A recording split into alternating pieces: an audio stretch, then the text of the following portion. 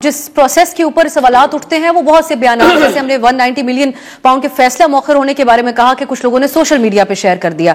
اس سلسلے میں بھی ہم نے دیکھا جو آج حفیظ اللہ نیازی صاحب نے سوال اٹھایا عدالت میں کہ سزاؤں کی تفصیل ہمارے پاس نہیں ہے، لیکن چند سوشل میڈیا اکاؤنٹس ہیں جنہوں نے یہ جو معافی کی درخواستیں ہیں ان کو پبلک کر دیا. تو اتنی خفیہ کارروائی ہے، اس میں سے آپ لوگ سمجھتے ہیں کہ اس بات کی جانچ پڑتال ہونی چاہیے کہ پھر معافی کی جو درخواستیں ہیں وہ کیسے پبلک ہو جاتی ہیں چند سوشل میڈیا یا صحافیوں کی طرف سے؟ اسی لیے نا، کیونکہ اس پروسیس میں ڈیو پروسیس اور فیئر ٹرائل کے تقاضوں کو ملوز خاطر رکھا گیا ہے. اگر نہ ہوتا تو I'm sure کہ یہ نہیں کہا جا سکتا کہ ان کو کیا ان کی سزا کی کاپی ہے، جو ججمنٹ ہے سزا کی، اس کی کاپی نہیں فراہم کی گئی. یہ تو نہیں ہے، فراہم تو کی گئی.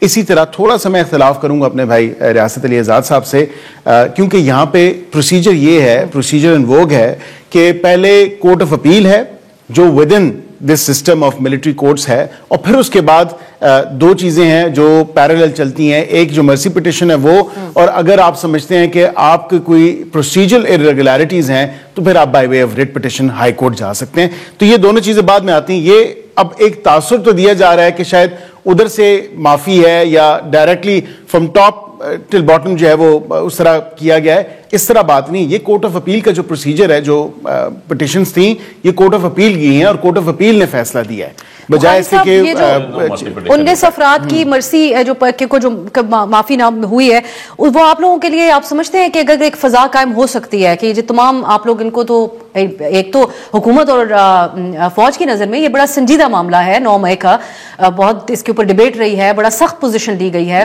لیکن اب آپ سمجھتے ہیں کہ ایک فضا بن سکتی ہے اس حوالے سے بھی؟ دیکھیں اب سر جو ابھی میں نے اکیلز کی بات کو فالو کیا ہے وہ تو یہی ہے نا کہ یہ مرسی پٹیشن ہے ہی نہیں، یہ تو اپیل پہ ڈیسائیڈ ہوا ہے. پھر اگر ان کی بات کو میں درست مانوں تو، اور اپیل پہ اگر ڈیسائیڈ ہوا تو بندے جن کو آپ نے چھوڑا ہے وہ سب تو سزا کاٹ چکے ہیں. ان کو اگر 2 سال 1.5 سال سزا ہے، 1.5 سال اندر ہو گیا تو آپ ان کو معاف نہ کریں تب بھی انہوں نے 10 دنوں میں باہر آ جانا ہے. سو دس از سم تھنگ، مطلب اب یہ چیزیں کیسے یہ کنٹروورسی کلیئر ہوگی؟ ڈاکومنٹ باہر آئیں گے، آپ کی ٹیبل پہ میری ٹیبل پہ پبلک ڈاکومنٹ ہے نا، سزا دے دی نا آپ نے، کنوکشن دے دی، آپ نے پروسیجر کیا ہوگا، آپ نے ایویڈنس ریکارڈ کی ہوگی، آپ نے کراس ایگزامینیشن کیا ہوگا، آپ نے ان کے بیان لیے ہوں گے، سنا ہوگا، کوئی گواہ آیا ہوگا، کوئی چیز تو ہوئی ہوگی نا اس کے ساتھ، کوئی چیز اس کے ساتھ اٹیچ ہوئی ہوگی، کوئی نیکسچرز ہوئے ہوں گے، کوئی ایگزیبٹس ہوئے ہوں گے. جب چیز سامنے ہے ہی کچھ نہیں تو ہم تو یہی کہیں گے نا کہ خود ہی ملا خود ہی قاضی. آپ کو، مجھے نہیں پتا، میں اس پوزیشن میں نہیں ہوں کہ میں نے پیپر ہی کو نہیں دیکھا، آپ کو بھی نہیں پتا، اینڈ آئی ایم شیور 100% کہ اکیل نے بھی نہیں دیکھے ہوں گے کہ اس کے اوپر کیا پروسیڈنگز ہوئی ہیں. سو جب پروسیڈنگز ہی نہیں ہوئی تو ہم تو یہی کہیں گے نا کہ اگر ایک ملزم کو یہی پتا چلا جی اس کو 2 سال سزا ہو گئی، اس کو 1.5 سال سزا ہو گئی، اب 1.5 سال سزا تو پوری ہو گئی اس کی، یار اس کو آپ نے اور کتنا 10 سال اندر رکھنا ہے، وہ تو رکھ ہی نہیں سکتے. اور ایز پر مائی انڈرسٹینڈنگ اگر اکیز یہ کہتے ہیں کہ جی یہ اپیل تھا، فرسٹ اپیلٹ کورٹ تھی یا فرسٹ اپیلٹ فورم تھا، وہاں سے ہوا، تو پھر یہ مرسی پٹیشن نہیں ہے. تو یہ اگر مرسی پٹیشن نہیں ہے تو پھر تو آپ لیگلی چلتے جا رہے ہیں. اور الٹیمیٹلی کیا ہوتا ہے، میں کہتا ہوں یہ بینچ میں جو آپ کا کوسچن تھا ریلیونٹ انیشلی کہ سپریم کورٹ میں چل رہی ہے پٹیشن، کل وہ ڈیسائیڈ کر دیتے ہیں کہ جی سیولین کا ملٹری کورٹ میں ٹرائل ہو ہی نہیں سکتا، تو ساری کی ساری یہ جو ایکسرسائز ہے یہ فروٹ لیس ہو جائے گی، فکٹیشیس ہو جائے گی، اور it will dye its own and natural death basically.